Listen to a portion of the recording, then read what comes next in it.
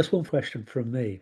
The presentation, which I think we've all enjoyed, it seems to have primarily focused on issues from an economic perspective. I know Mhm. you've spoken about language and rurality and so on, but it seemed to me that we're actually missing a trick here because some of the difficulties we've been experiencing with legislation has involved other departments, Mhm. whether it's education or health and social care. And I'm just wondering whether you care to comment at all on that. Yeah, no, definitely, and I think ensuring that there's cross-government understanding and of the val of the benefits of these models is crucial. I think the cooperative development hub, I think that would be crucial to that. What we would want that to do, and we've released that white paper, which I'll send links to and everything, which sets out what that hub could be doing. One element of it would be identifying champions within sectors or supply chains, producing, learning materials basically to ensure that across those high priority sectors and all sectors of government, but also the wider economy, services, ensuring that people have access to the information about what a cooperative is, why it's a valued model, existing models where they're working, what are the barriers within sectors at the moment. That's something that the capacity that cooperative development hub would be able to have, ensuring wider understanding and understanding of the models, but also the value of them and why they're so often the gold standard. Is definitely something that I would need to do. But the key thing is that there needs to be the capacity for people to do that. Compass has been able to do that in some ways by drawing on various funding pots. That's something that Compass is able to do. So if, through shared prosperity funding and through various other project works where we've had experience of working within sectors or having it that, towards one specific goal of developing cooperative models, there has been success with a Perfin within the Welsh language context is another example of that. But there needs to be that capacity to identify champions, work with people to develop understanding, produce the materials that's needed for that. But definitely a priority. Thank you. Chrissy, can you maybe later on in the meeting when you contribute, can you maybe focus on Pride in Place and the Cooperative Development Unit that's being established in England and just sort of puzzling through whether or not that might provide opportunity for cross-country working when it comes to maybe early years learning and so on. Alison, would you like to come in now, please? Are you muted? Sorry, I was muted. Yeah, thank you, Dan. It was just really good to see that ambitious and very comprehensive agenda set out. I just wondered whether you were doing very much around the whole area of cooperative childcare, because for me, it links into what you said right at the beginning of that presentation, about being part of the solution for some of the situations that we're facing and some of those challenges. And certainly, across both England and Wales, I think, the discussion is wide open around how we can best provide needs-led childcare that is affordable, but also does the best possible thing for children and for their outcomes. So it's not just that economic aspect, but it's Mhm. also contributing towards child development. And I know that when Anna Burley was working at the at the co-op party in London, she did a huge amount of work around this that I think has probably just sat on a shelf ever since, actually. So I wonder if there's any chance of us, I suppose, revitalizing that, building it into the plan, and perhaps having a really strong focus on that moving forward. Mhm.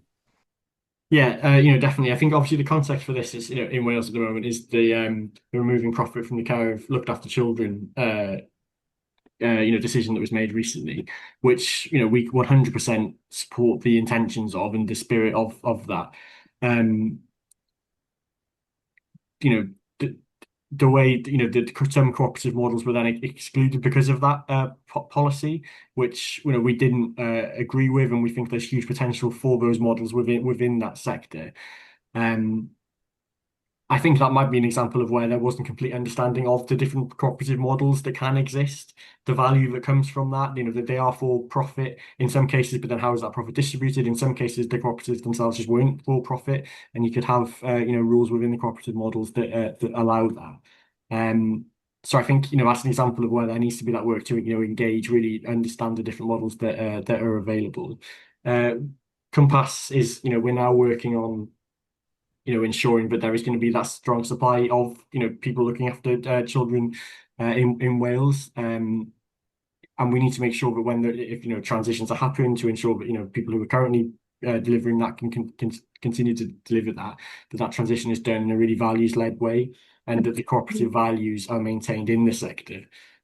So that's definitely an area of definite priority for us. It's social care as a whole is going to be such an important area for Wales. Yeah, I think I was thinking more specifically around things like wraparound childcare, to support, um, to support working parents, to Okay, yeah, flexibility.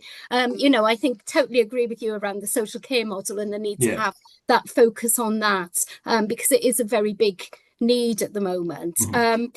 But yeah, I just feel that particularly with the UK government's priority around, the childcare offer and Mhm. so on, and also things that have been going on in Wales in the early years sector and beyond, Yeah, over the last, well, certainly over the last 20 years around childcare.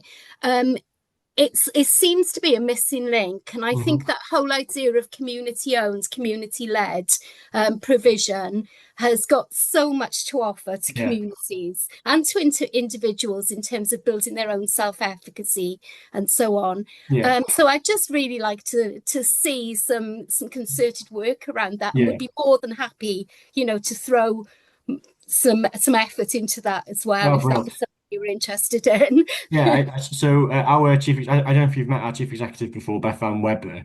She was at No. Home Start Cymru before joining Okay, Compass. So this yes, is yes, definitely an area that she's really interested in, really knowledgeable about, and brilliant. 100% agrees with you, and sees the need for this Yeah, in Wales as yeah, well. So I think we would definitely be very keen to have a chat about yeah. it. I know that there are some models, and some organisations in Wales that are leading the way on this and providing, amazing opportunities Mhm. across Welsh communities. But yeah, how we can develop that in a really consistent way across Wales would be something that definitely aligns with our priorities. Great. Thank you. Thank you. Jackie, your question. Yeah, evening, Dan. Thank you. Really, really useful information. I think definitely what Alison brought up, I was really keen to hear actually. So childcare is definitely one area that I think a lot of people struggle with, don't they? So Yeah. it'd be good to see how we can do that. How I think lately some conversations has made me question how we're actually getting out to communities, the local level where we're talking about these things and actually, Compass's voice is heard more. So I guess is that what the development hub will help you do? I'm not sure if that's what you are, or is that more helping people put businesses together rather than actually how do we get into communities and preach it, really is where I'm coming Yeah. from. So and then my other point was when you talked about housing is like the retrofit, and I'm aware there's like companies out there that are not doing it maybe the way we'd like to see them, which is cooperatives, people, employee-owned businesses doing the retrofitting, in our own communities.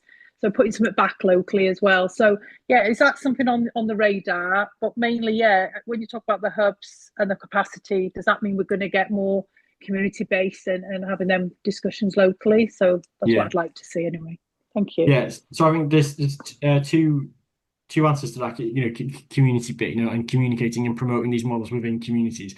In terms of the crop development hub, I think that would be, so we've done that white paper, which we can send around on it, and there's so many different activities that this cooperative development hub could do. The capacity would come along with that. What would be essential is that uh, like one suggested activity of that co-op development hub could be training up community-based like development workers, because where we have that kind of capacity with it in different parts of Wales already, which is coming from a long, working to set up those robust kind of community-led organisations within communities. Um, that's where the best results come from, when it's grassroots driven, people who live in communities seeing what the need is, where the opportunities are, where the assets are that can develop into these. That's where it works best, and Yeah. that's something where the co-op development hub could act as something that could train up people who could do that then within local communities. So definitely agree with that. In terms of I think it goes back to something I wanted to say about, in terms of this manifesto. This manifesto is policy driven. It's at the it's policy level. Okay. You know but there's a much bigger need, I would say, to actually to take these ideas and then take it to actual people within communities. It's really, as someone who works on policy, when you see this all written down as models and ideas and stuff, and then you actually go out and see people doing it in practice, Yeah. That's where the actual work needs to go on, and that's where the really inspirational things are happening. And we need to do that as well, 100%. In terms of what we're going to do with this manifesto, so from now until Christmas, basically, we know the parties are writing the manifestos at the moment. So we're really trying to have as many conversations as possible like this, getting these ideas to people. And any support we can get in terms of sharing this manifesto, if contacts, that would be really, really appreciated. And then once those manifestos are written, it's not, it's that we don't want to forget about this. There's so many opportunities here. We want to put these ideas and these models and the recommendations, as part of the conversations people are having around the future of Wales. Election periods are very stressful, and there's lots of it's led by personalities, and it's party political and everything, but also they're exciting times because people are coming together and thinking about the future of Wales. What do we want Wales to be? What do we want Wales to look like now in the future? And as people are thinking about that, we want these models and the history of Wales, the cooperative history of Wales, all the things that are going on here. How can that be reflected even more so in our future as well? So we got the manifestos bit first in a way, which is the kind of boring, dry bit, to be honest. Then we can really start speaking to people in communities about what these models could mean for Wales in the future, and that's something I'm really excited to do. On the retrofitting point as well. Definitely, I think that's crucial, and that's within the we've spoken about it a little bit within the asks around net zero and just transition. There has been talk before, I think within like Labour Party policy documents about the opportunity to set up like a Wales-wide network of people doing that retrofitting work, supporting consortium work, ensuring that people, self-employed people can come together to access some of the contracts, and doing that in a really sustainable way, setting up a Wales-wide cooperative that people could feed into. There's huge opportunities there. I haven't read the Cooperatives UK report that came out on this yet, but I know that a lot of work has gone into that, and that's going to have really robust recommendations on it. And that's an example where we could have that cross-nation working as well. What could Wales do to really lead on that work? What can we learn from what's happening in other parts of the UK as well? But yeah, it's one of those areas where we know there's going to have to be investment in retrofitting and in the transition to net zero as a whole. If we can put cooperative models at the heart of that, we're going to get the multifaceted benefits of building community wealth, ensuring everyone can access that, inclusive job opportunities, and yeah, so it's a really important area. The other thought I just had then as well, Dan, is that local authority, all the local elections are next to 2027. And we should kind of be building for that as well, shouldn't we? Because a lot of the manifestos, will be kind of being built in the next sort of, I guess, after the Senate, because they'll know where they are with a lot of stuff then. Definitely. But that's a good time then, I think, with all the bit where we want to get into the community bit and get local authorities and local councils on board, isn't it? Definitely. So brilliant, great work. Yeah, loving it. So on this, so a few years ago, we did a report of building stronger local economies, which set out all the different models, basically cooperative, social business, and all the different ideas around local economic development at the moment, and how they fit together into the community wealth building idea. So I think we're going to take that report. It's a few years old now, so we'll update it and with a new context and everything. But we definitely want to do that. And we want to take that report, take it to people, have conversations about that. We're building a cooperative Wales. We all know Wales is a community of communities, so how can we, ensure that idea is embedded, across the country? Dan, thank you very much for your contribution.